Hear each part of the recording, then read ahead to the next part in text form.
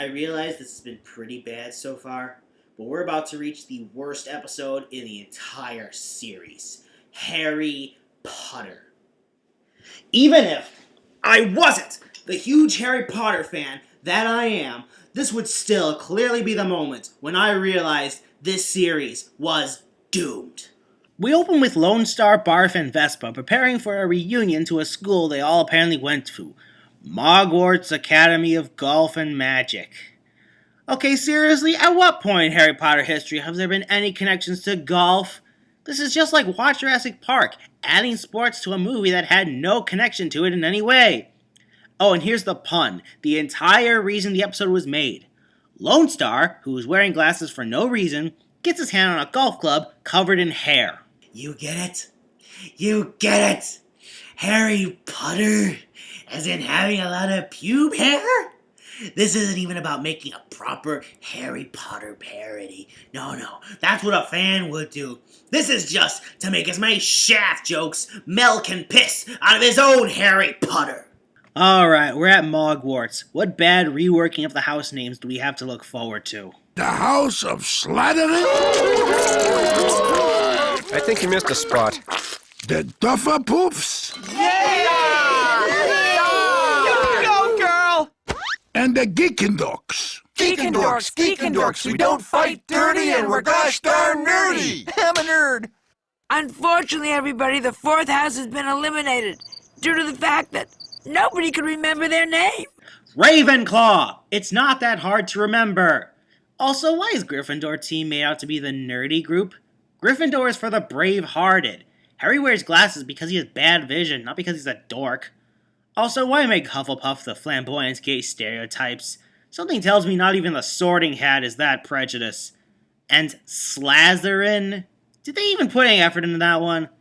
The only thing that has in common with Slytherin is the fact that Dark Helmet is there to take Draco's place as rival character. And speaking of no effort, Scrooge disguises himself as Mogwarts' new defense against the dark arts, Professor Snaple. What good is a new professor during a reunion golf game? Or even Scrooge's trio of eye candy he disguises along with him. Seriously, why even have these three in the show? They serve absolutely nothing to the plot except to give Scrooge a hard-on. I'll come back to these three later, but honestly, why even bother with any of this? Lone Star eventually finds out Scrooge is planning to have him die in the golf match, then turn Mogwarts into a country club for villains. Oh yeah, that was totally the primary goal of Voldemort and the Death Eaters.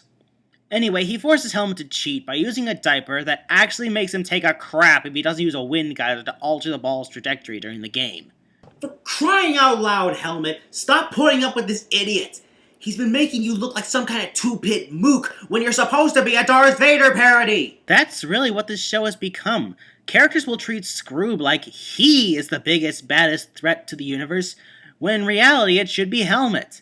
He was the primary villain of the movie. Scrooge was very much a secondary character, not really an Emperor parody. He wasn't a diabolical mastermind. He was Mel Brooks in a bad suit and unconvincing mustache. But in this cartoon, he's treated like someone who could end the universe in a moment's notice, while Helmet, the actual villain, gets turned into a less competent version of Bebop and Rocksteady. This became apparent fairly early on, but it was this episode that confirms that at some point between 1987 and 2007, Mel Brooks got a massive ego. A trend which continues in The Mighty Meteor. Lone Star gets a new Winnebago, which sadly does not resemble Rodimus Prime's vehicle mode, but Lone Star practically falls in love with the damn thing anyway. And while our heroes are pretty much doing nothing, Scrooge outsources from an obvious Indian stereotype to make an enormous meteor to smash into the surface of Druidia, a planet that's already under Spaceball control because they conquered it earlier in the season. And in order for the contrivances of the episode to match the contrivances of any given disaster movie, the meteor is not only Schwartz-proof, yeah, remember the Schwartz? It's been a while, I know. It's followed by an asteroid, which is being followed by a comet, which is being followed by 2 fleets of alien warships. And while all this is going on, a volcano is erupting, zombies are roaming the planet, Druidia is suffering from global warming, and Pamela Anderson was seen in last year's Chisel. Oh, good God, that was a mouthful. But just wait until you hear their convoluted plan to save Druidia from everything that's ever appeared in a Roland Emmerich movie. Nah, never mind. No, come on, what is it, boss? Well, If we can detonate a bomb at the precise spot, we may be able to nudge the meteor off course, slamming it into the asteroid. Go on. Well, the asteroid then whacks the comet, plunging it to Earth, where it plugs the volcano and then stops global warming. Which deprives the zombies of heat, causing them to die a second time. Exactly. The zombies' tortured souls ascend to heaven and get sucked into the first alien's computer system, giving it a virus and thus provoking a strategic miscalculation that leads them to declare war on the second aliens. Big mistake. Big mistake. In the ensuing space battle, the aliens kill each other off and in the process destroy both the asteroid and the meteor. Leaving only Pamela. Who changes into a sweater because by now it's nighttime and it's chilly out. What do I even need to say about that combination of events? Well, nothing, I guess. Except maybe this. That's the stupidest combination I ever heard in my life! Now we're back in the same boat as we were in Lord of the Onion Rings, and I mean that literally with this next episode, Spaceballs of the Caribbean, where we finally have a half-decent concept that actually has more to do with Spaceballs than the Pirates movies. Scroob learns that Yogurt's power over the Schwartz comes from his gallbladder. Now granted, this was only done as a piss-poor excuse to mimic Davy Jones' heart, but here's where it gets good. When the villains get the gallbladder, Scroob simply wants to destroy it, while Helmet wants to use it to become a Schwartz god. He flees the shipwrecked planet to hide it as Lone Star, Vespa, and Barf, who has spent the entire episode doing his worst Jack Sparrow impersonation, fly off to confront him. They converge on the planet where they could have been an awesome moment if the series wasn't so Scroob-centric. As such, Yogurt gets the gallbladder back with barely a fight. Shit, this is the second time I've seen a proper villain not get the epic becoming a god moment, and it's still terrible! Way to waste your first good idea since the first episode. Blah blah blah, next episode, Fishfinger, bad Goldfinger parody, same deal before. All I have to comment on is their lame-ass excuses to why they can't use the Schwartz and have to rely on spy cliches instead. It's gonna be a little hard. Right now, the Schwartz is in the shop. Routine maintenance, but... Gah! You just established your gallbladder is where the Schwartz comes from. Is it still in your body? It is? Then why is it not working right now? I don't remember the Force or any form of metaphysical power ever needing repairs. Okay, episode 10, the Scruminator. Scroob has a political rival that he wants dead.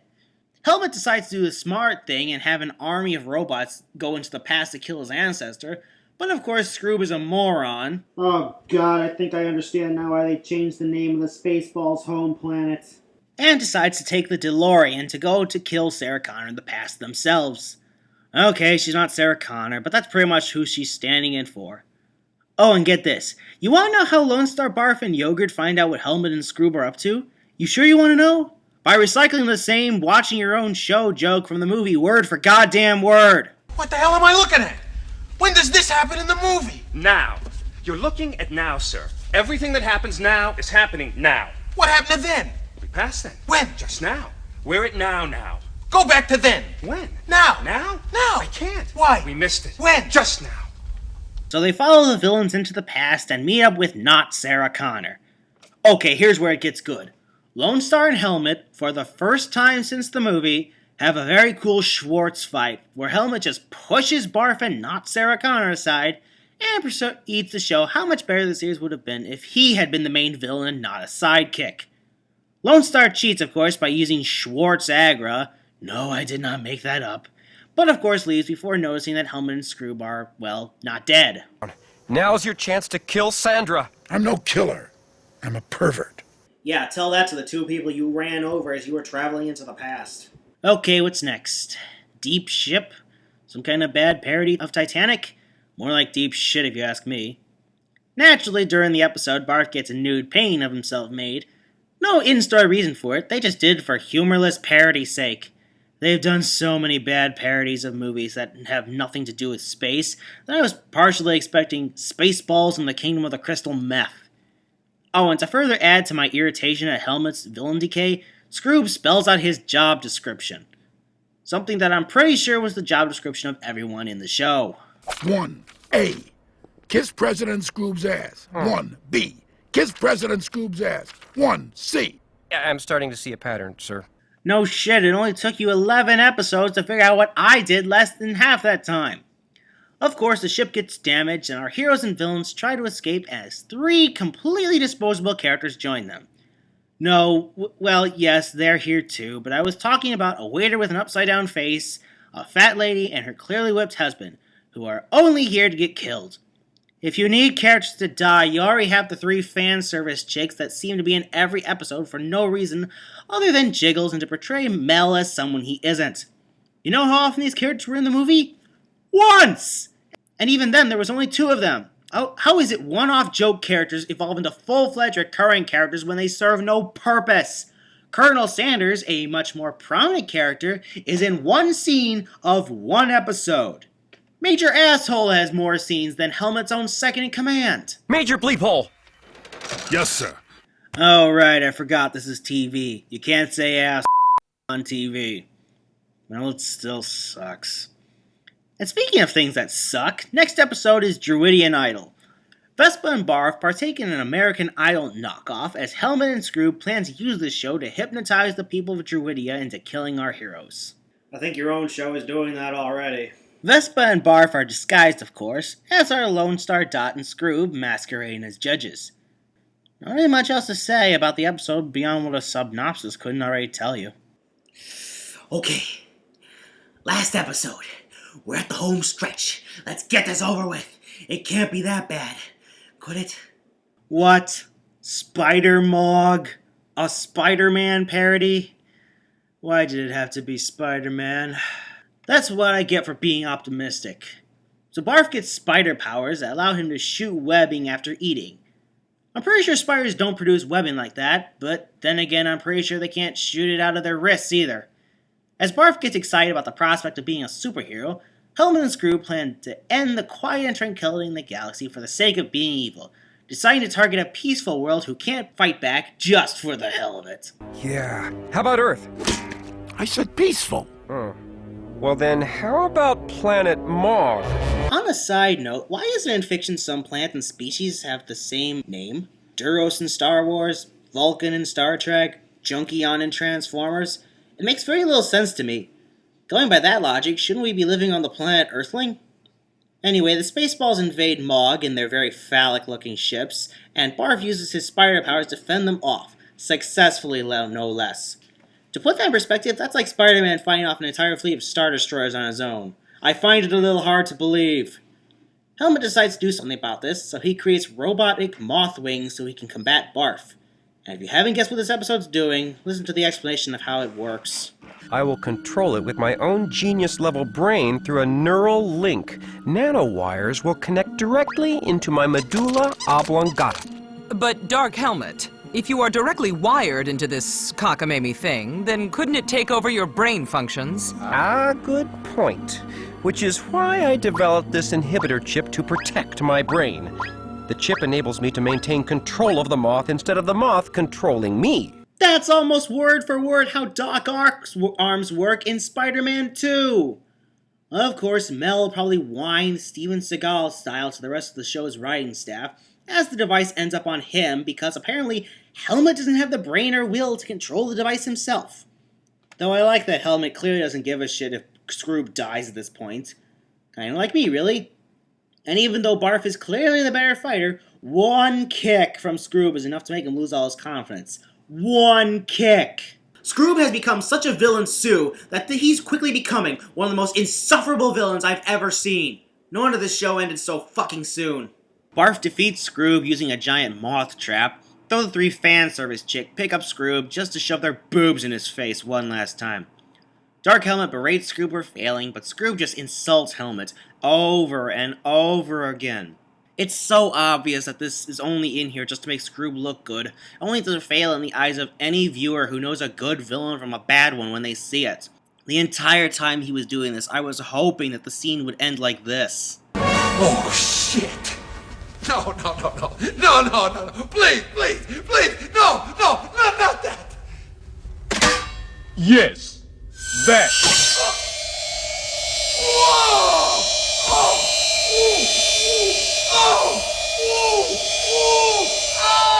And that's it! The series ends on a reason you suck speech to make the viewers hate Scroob more than they already do. This is an embarrassingly bad show with almost every aspect wrong. Most of the characters are uninteresting and underplayed. The attempt at parodying everything under the sun is so stupid and contradicts its own plot and continuity so much, it makes the Super Mario Bros. Super Show look like it had a clever concept. I can't help but wonder if Mel Brooks saw Aaron Seltzer and Jason Freeberg's work and tried to emulate it with his own style. It actually makes you wonder what Mel from back then would say to Mel now. You are a pathetic, broken-minded little bum. Yeah, that sums it up fairly well. The only redeeming factor is, of course, Dark Helmet. Most of the time, he doesn't take Scroob's plans seriously, and does subtle insults to him throughout the series. He even seems to have some kind of hallucinogen built into his helmet, so he doesn't have to put up with him. Sadly, he's downplayed, so Scroob can be shoved down our throats just as much of his fan service chicks give him head, which is to say nearly every goddamn episode. It's clear this is what Mel wishes he was like in real life, so he overblew a minor character and sidelined the actual main characters in order to make that vision come to life, and the end result is an insult to a very well done movie. Thank God Mel didn't try to do the same for any of his other movies, because one bad cartoon about a good movie is all I'm going to be able to take for a good long while. Hey, go back here, you humorless hack! Not now, Mel. Your cartoon put me in a really bad mood. That's your problem. I've been making people laugh while you were still a sperm. Yeah, I know. And you really lost your touch. I mean, did you even watch any of the things that you parodied in that show? Ha! I'm Mel Brooks. I don't need to watch it. I crap humor. No matter what I send out there, people will like it. Face it, kid. I have more fans than you could possibly imagine. Should've worn a cup. I said I wasn't in the mood! Android, get this asshole out of here! Well, you're gonna be in trouble, cause we're gonna steal your ass. Cause what you got is what we need, and all we do is dirty deeds. We're the Spaceballs! Watch out! We're the Spaceballs! Oi, my head. What happened? Who the hell are you?